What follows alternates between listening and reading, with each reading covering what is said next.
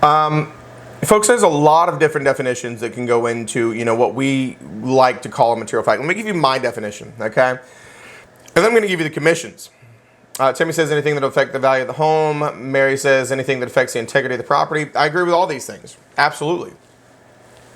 And so I get the pleasure of teaching pre-licensing. I get to teach post-licensing. I get to teach Genup. I get to teach Genup. I get to teach electives. I get to teach every single different category of classes in North Carolina, and I love it. And so when I teach these to my pre-licensing students for the first time, here's how I articulate it. Anything that, if known, could change the outlook of a party in completing a real estate transaction. That's it. Anything that, if known, could change the outlook of a party in completing a real estate transaction. Now let me give you the commission's definition, and let me show you what mine and the commission's definition have in common. And it'll make you think a little bit. Any fact that could affect a reasonable person's decision to buy, sell, or lease. Here is most common misconception number one. Because you all gave me fantastic definitions, but you all use the word buyer. It has never once been about the buyer. It just so happens that that's the most common time that it comes up. But it has never been about the buyer. It could be a seller, a buyer, a lessor, a lessee. It is anybody in a real estate transaction. If you have information that would change somebody's outlook in moving forward with any type of real estate transaction, it's a material fact. Let me throw in the next common misconception. Folks, do you see the word defect anywhere in this definition, or did you hear me say it? Do you see the word problem? Do you see the word issue? Do you see anything like that? It's nothing negative. It doesn't have to be. Most commonly it is.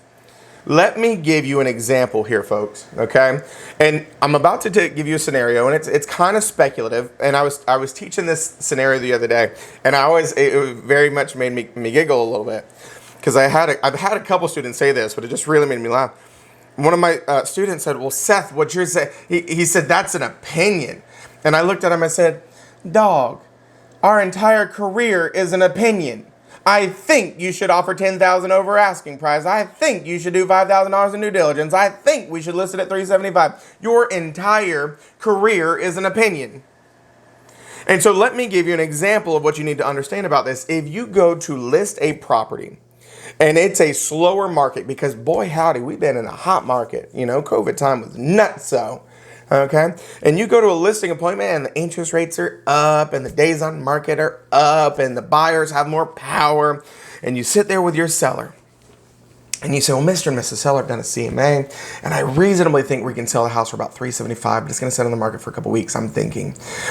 But you have this sneaking suspicion, and of course it's just a suspicion because you don't have a crystal ball, folks. If we had a crystal ball, none of us would have a job. Okay, but you have this sneaking suspicion that rates are going to come down and that the spring market, the summer market, the other market is going to be hotcakes. You owe that information to your seller because they need that, because that would help them decide, do they want to list now, affect a reasonable person's decision to sell, or do they want to list in 6 months from now? Let me give you another one that may hurt your feelings. Folks, if you help somebody buy a home, and they discover that, and you're not going to like this, but I'm going to explain why you have to suck it up, buttercup, and deal with it anyway. You buy a home, and then somebody buys a home, and they realize that after they buy this $600,000 home, there's $7 million worth of oil underneath that home. Okay, let me tell you how oil works. It's a really good bet their neighborhood or their neighbor has oil underneath their property too. You with me? It's probably a good bet. Now, this is kind of an abstract thought, but listen here. If you had a buyer interested in buying the neighbor's home, and you went up to the neighbor and you knocked on that door and you said, hey, I've got a buyer who'll buy your house for $700,000 right now. If they're in the market to sell, they'd probably sell it to your buyer. But if you look them in the face and you say, but there's probably $7 million worth of oil underneath your property, do you think they have any desire to sell it to your buyer for $700,000? Material fact. And you're like, but Seth, that hurts my buyer. Folks, your seller's roof leaking that you have to tell the buyer, that hurts your seller. It's never been about your client. Material facts have nothing to do with your client. We owe material fact disclosure to customers and clients alike. Now, please understand that the amount of times that this is going to be, to the extent that I've said, slim to nada, right? There's not a whole lot. But you have to be aware that it's not just things you owe the buyer. It's things you owe the seller. If I had a seller who was right near the 540 bypass, I should tell him, hey, listen, I can sell your house now, but it might be worth more if you wait till 540 is finished, right? These are the kind of pieces of information that I should be telling all parties because they have to be able to make educated decisions. It's never once been about your client. And I know you don't like it because it sounds like you're screwing your client. Well, folks, material facts are superseding your fiduciary duties. They're above the law. They are the law, should I say. Fiduciary duties are common law. This is law. Everybody with me? Now, when I say material facts, I just needed to get that in your minds, that it's buyers and sellers alike, and that it's also positive and negative things. When I say material facts, most of our minds go to negative things. Location in a flood zone, malfunctioning electrical systems, unpermitted bedrooms, existence of restrictive covenants. But folks, the crazy thing about material facts, and I think this is one of the reasons why we get this wrong so often, is because there's no one size fits all. Something that's material in one transaction is not material in another. So something as trivial as previously occupied by a pet can become a material fact in a certain transaction. Of course it can.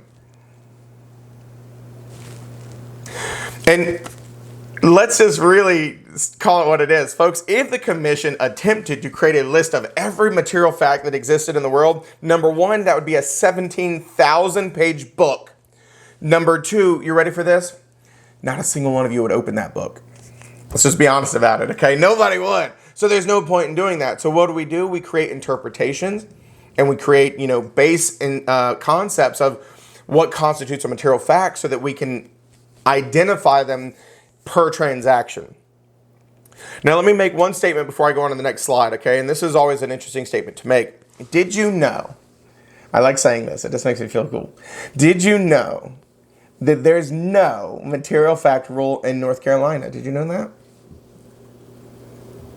Oh, Julie, you just did it. I always make the joke that whenever I say that, people do the thing that the dogs do. They go, huh? Right? They cock their head and they kind of look. And Julie just said, huh?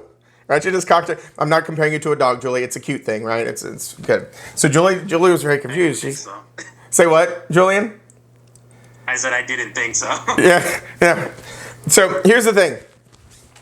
I said there's no material fact rule. That's true. It's also technicality. There's no rule, there's a law. But here's the crazy thing about it, folks. It's one law and one law only. It is under disciplinary actions, okay? It's basically a group of 15 things that says if you do any of these things and you're found guilty of them, you are subject to disciplinary action by the commission. And so it's 93A-6A1. And it says, if a licensee is found guilty of committing a misrepresentation or a willful or negligent misrepresentation or omission of material fact. That's it. That's all the law says. It says if they're found guilty of that, they're subject to disciplinary action by the commission. That's it. That is the only thing in that verbiage. What you got, Willona? Yeah, I understand the first 4 bullets, but the last one about previously occupied by a pet. Mm-hmm. So if there's no damage to the home, no stains on the carpet, you still have to disclose that an animal lived there before? Hang tight. Not always. Okay. Not always. Hang tight. Yeah, that one's kind of a weird one. Allergic, maybe. Yeah, there you go. That's when we get into special categories. So we're going to talk about that. And so here's the interesting thing, Willona. When I'm telling you that there's only this one law, folks, every single thing that you've been taught over the years of material facts and everything that I'm teaching you today are interpretations of that one law put out by the North Carolina Real Estate Commission. And folks, the crazy thing about interpretations is they're just that. We can't write laws where it's just so specific. It's interpretations. And so precedent set it. And so here's the deal, Willona. When we're dealing with material facts, the commission has outlined material facts to include at least these 4 categories we're about to talk about. At least, at minimum. Not only, but at least. And those 4 categories are facts about the property itself, facts relating directly to the property, facts about the ability of the principal to complete the transaction, and here it is, any fact known to be of special importance to your party. So Willona, when they look at you and they say, girl, I got asthma like you wouldn't believe. If I step into a house that's ever had a cat, I won't stop sneezing, I'll get itchy, I'll have all kinds of issues. Now it's material to that person. Most of us ain't no thing, chicken wing, right? Because, we may not like cats, but most of us aren't going to scratch our, look like Tyrone Biggums from Chappelle's Show, right? They got cats. Willona, they got cats. Right? Just scratching your neck, Gotcha. Yeah. Okay, that makes sense. Yeah. So it's not something you automatically have to disclose, which is why material facts is so interesting.